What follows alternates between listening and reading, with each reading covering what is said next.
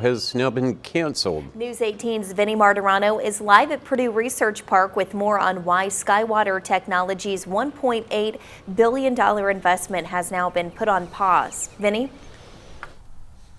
Yeah, Jeff Marley, Tippecanoe County Commissioner Tom Murtaugh says that SkyWater Technology didn't receive enough grant money from the CHIPS program to support putting one of those facilities here in West Lafayette. In July of 2022, SkyWater Technology announced they'll be building a $1.8 billion semiconductor manufacturing factory in Purdue's Discovery Park. In a statement to News 18, Purdue University says, quote, SkyWater has released its option on the land, but remains a valued partner with research opportunities in the works. Tippecanoe County Commissioner Tom Murtaugh says they didn't receive money from the CHIPS program. That was essential to their model. At this point, that project's on long-term hold. Murtaugh says he doesn't know how long the project will be put on pause, but he says they still have a good relation with Purdue. He welcomes the idea of SkyWater or another microchip plant to join the newly announced SK hynix plant in West Lafayette. I think they would be very wise to look at, this community because of the resources they would have, obviously, here with Purdue University. SK hynix announced on Wednesday they'll be building a $4 billion facility in Purdue's Discovery Park. Murtaugh says they were in talks with SK hynix at the same time as SkyWater. We were hoping that, we'd get the opportunity to have at least one of them, and so we're thrilled. Murtaugh says this facility will be using less water per day than you may think. SK hynix will be using approximately 2.2 million gallons a day, which is, again, far less than a lot of our current manufacturing facilities. Now I'm joined here by News 18's Ella Chu. Ella, what can you tell us about the field here behind us that looks completely empty? Now, Vinny, in this field behind us is going to be where this SK hynix facility is going to be built. This is just north of Endeavor Drive and west of Jaeger Road. The location was chosen due to the proximity of US 231.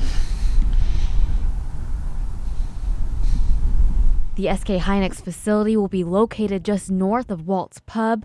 There was originally 60 acres chosen for this project. The city of West Lafayette requested another 30 acres to be added. The exact amount of acreage for this project is still unknown.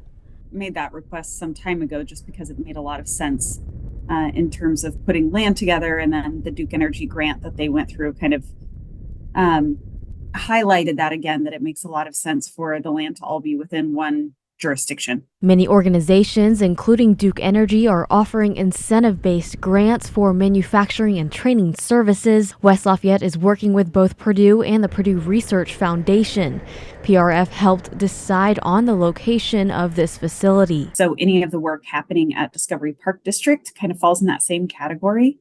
Any of the hotels and new buildings, office space, the barn that was recently covered, where there's a Cunningham Group concept restaurant going into, all of that is the kind of work that we typically work with PRF on, in addition to these other projects. Discussion on the SK hynix facility began over 2 years ago, around 2022. A lot of components to this project are still being put together. One of those critical aspects is the extension of US 231. The extension of 231 North we think is a really critical addition to what that transportation plan looks like in the future. In addition, Jaeger Road obviously extended north, and the transportation plan also has multiple roadways and network infrastructure that we imagine will be needed. The proposed US 231 extension would cut through farmland north of US 52, connecting to a new I-65 interchange. The city is working alongside the Area Plan Commission in these developments. Easter says they don't anticipate construction starting until 2025. You're talking about at least a year of engineering design and then a year of procurement if there's any land that needs to be procured. And then construction can take a season or two. So we're really kind of moving along at the same time.